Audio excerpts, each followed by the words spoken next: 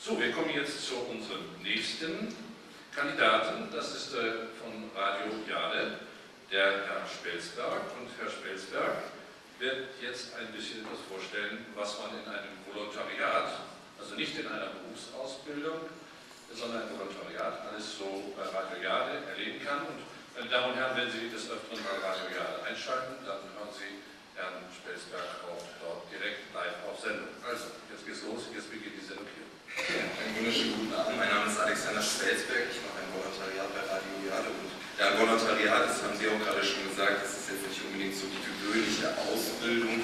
Ich habe nämlich keine Berufsschule. Die Unterschiede sind auf jeden Fall, dass zum Beispiel ein Volontariat nicht gesetzlich genau geregelt ist. Das heißt, die Qualität der Ausbildung ist davon abhängig, wo du ein Volontariat machst. Es gibt auf jeden Fall trotzdem Vorgaben über die Länge und auch über den Inhalt eines Volontariats. Das ist dann festgelegt im Volontariatsvertrag. Was ich so alles bei Radio Jade lerne, das kann ich euch gleich nochmal erklären. Ich habe auf jeden Fall keinen Schulunterricht, finde ich auch sehr nett. Dafür lerne ich alles in der Praxis, also ich lerne alles im Betrieb. Jeden Tag habe ich sozusagen kleine Prüfungen. Wenn ich ein Interview gemacht habe oder einen Beitrag, dann wird mir dieser Beitrag oder das Interview abgenommen und kontrolliert. Und so sehe ich auch jeden Tag, was ich besser mache. Warum mache ich das überhaupt? Es ist einfach so, dass ich jeden Tag ein anderes Thema bearbeite. Also wenn morgens die Besprechung ist, dann kann es sein, dass ich an einem Tag ein Thema habe, was mit Umwelt zu tun hat, dann natürlich auch Politik, Wirtschaft, aber auch kulturelle Themen. Also es ist wirklich sehr, sehr vielfältig und deshalb habe ich mir das ausgesucht. Ja, ich wollte auf jeden Fall etwas machen, was mit Menschen zu tun hat. Ich bin zu Radio Jade gekommen, weil ich irgendwann in der 9. Klasse ein Praktikum gemacht habe. Und das habe ich halt bei dem Sender gemacht und seitdem wusste ich eigentlich so in diese Richtung was zu machen, also mit Medien zu arbeiten.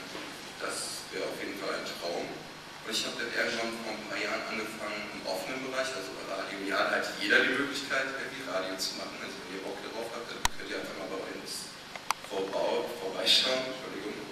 Ich habe eine Musiksendung moderiert und nun lerne ich das einfach professionell zu machen. Und das Schönste ist natürlich für mich neben der Abwechslung, ich habe einfach einen Beruf gefunden jetzt, an dem ich sehr, sehr viel Spaß habe.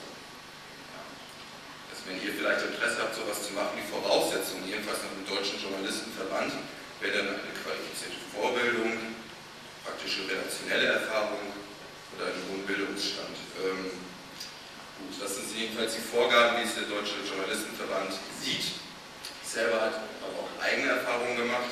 Also was ich glaube, was wirklich sehr wichtig ist, um journalistisch zu arbeiten, ist, dass du ein neugieriger Mensch bist. Wenn du dich nur für ein Themengebiet interessierst, dann kannst du es gleich vergessen, weil du einfach, wenn du wirklich dich informieren möchtest über ein Thema, solltest du einfach auch neugierig sein.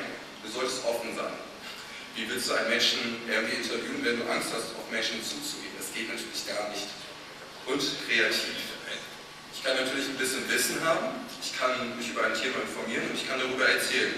Nur wenn ich nicht kreativ bin, dann hat auch kein Mensch eigentlich Lust, mir zuzuhören, das ist klar.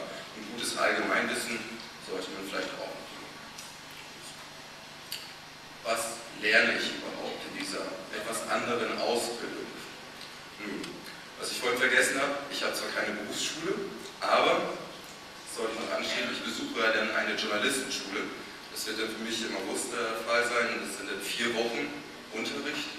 Und zusätzlich habe ich auch noch die Möglichkeit, Seminare zu besuchen. Ich habe zum Beispiel ein Seminar schon besucht, in dem es darum geht, zu lernen, wie man die Stimme überhaupt einsetzt. Und bald werde ich noch ein Seminar besuchen, in dem es dann um Redaktionsmanagement geht. Und was lernt man bei Radio Jade? Es geht von der Umfrage bis zum Redaktionsmanagement. Umfrage ist eigentlich der klassische Einstieg. Denn so lerne ich erstmal mit dem Aufnahmegerät umzugehen und auf Menschen zuzugehen. Beiträge, das heißt, man nimmt verschiedene Stimmen mit, zu einem etwas komplexeren Thema vielleicht auch und kann es dann vernünftig erklären, weil man da dann auch eigenen Text hat. Stärke im eigenen Text. Reportage ist, finde ich, die hohe Kunst. Nämlich, stellt euch vor, dass irgendwo eine Demonstration, ihr geht mit einem Aufnahmegerät irgendwo hin und spricht dann spontan live Texte ein und spricht dann auch mit Menschen und dadurch entsteht schon fast ein Beitrag, der dann später vielleicht noch zusammengestellt werden muss. Gut, Nachrichten, da bin ich noch nicht, aber das lerne ich auch bald. Einfach Informationen komprimieren und Moderation. Ja, sprechen lernt man dann auch bei uns, das habe ich auch schon erwähnt, ein Seminar habe ich auch schon besucht. kennengelernt, ein bisschen auf jeden Fall die Organisation der Redaktion. Wie läuft eigentlich ein Tag ab? Und dazu komme ich jetzt auch. Bei uns morgens fängt es eigentlich damit an, wenn man nicht gerade Frühschicht hat und um 5 Uhr schon am Sender sein muss.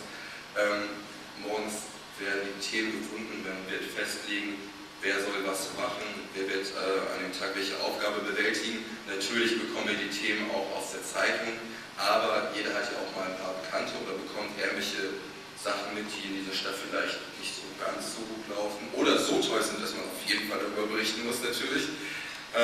Morgens, ihr seht es, da haben wir dann eine Magnettafel und dann wird festgelegt für jeden Wochentag, wann welcher Beitrag läuft, wann ein Beitrag auch fertig sein muss.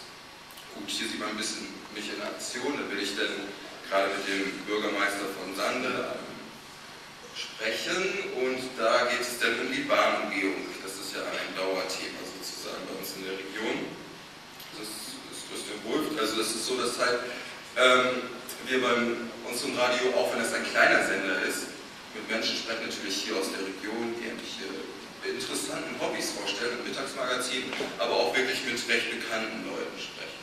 Was ihr hier seht, das ist sozusagen das Bild einer Stimme. Ja. Wenn ich jetzt irgendwie ein Interview gemacht habe, dann ist es natürlich aufgenommen worden und das muss man dann des Öfteren auch mal ein bisschen zusammenfassen, weil ihr habt es ja auch schon sicherlich mitbekommen, vielleicht wenn man mit den einen oder anderen Politiker spricht, ist es nicht unbedingt so, dass er direkt antwortet. Ja, und da bin ich dann in Aktion sozusagen, das ist meine natürliche Umgebung. Vor mir dann immer, wenn ich eine Sendung fahre, so nennen wir das, also eine Sendung mache, moderiere, habe ich ein großes Mischpult vor mir und ich muss alles selbst machen. Es ist nicht so, dass wir dann einen Techniker haben, sondern ich spreche live und mache dann auch noch zusätzlich die Technik und das ist beides gleichzeitig auch nicht so einfach. Ich habe ein AMP-Verbot, ganz wichtig natürlich im Radio. Wie sehen überhaupt die Zukunftschancen aus? Ja, gut. Das ist natürlich recht unvernünftig vielleicht von mir gewesen, dass ich mir jetzt diesen Weg ausgesucht habe, denn es gibt sehr, sehr viele Menschen, die später als Journalist irgendwie arbeiten möchten, aber ich wollte einfach das machen, was mir Spaß macht und deswegen habe ich mir das auch einfach ausgesucht. Man kann später natürlich, deswegen ist es auch sehr wichtig, dass man ein Volontariat macht, als Redakteur irgendwo arbeiten. Als Redakteur kann man sich dann spezialisieren, auch nochmal auf irgendwelche Themen, ob es jetzt Umwelt ist, Politik, Wirtschaft und so weiter. Oder man kann zum Beispiel auch später eine Redaktion leiten, das ist natürlich auch sehr nett werden. Oder man sagt, was ich wirklich gut kann, das ist sprechen. Ich kann Menschen sehr gut irgendwas präsentieren und aktiv sein, wirklich im Radio. Dann könnte man sich darauf spezialisieren, wirklich zu moderieren und dann vielleicht eine Frühschicht zu machen. Zum Beispiel. Und natürlich sehr beliebt für den Arbeitgeber ist dann immer die freie Mitarbeit. Es ist so, dass sehr, sehr viele Journalisten frei arbeiten. Das heißt, dass sie zum Beispiel im Zeitungsbereich für viele Zeitungen schreiben und dann Artikel verkaufen, wie Produkte. Das gibt es natürlich auch. So, wir sollten heute ja auch, also alle Auszubildenden, ein paar Tipps geben für Einsteiger. Ich habe mich auf einen einzigen beschränkt, nämlich früher Kontakt zur Praxis. Das ist eigentlich das Wichtigste, so früh wie möglich. Hier sitzen ja einige Schüler schon.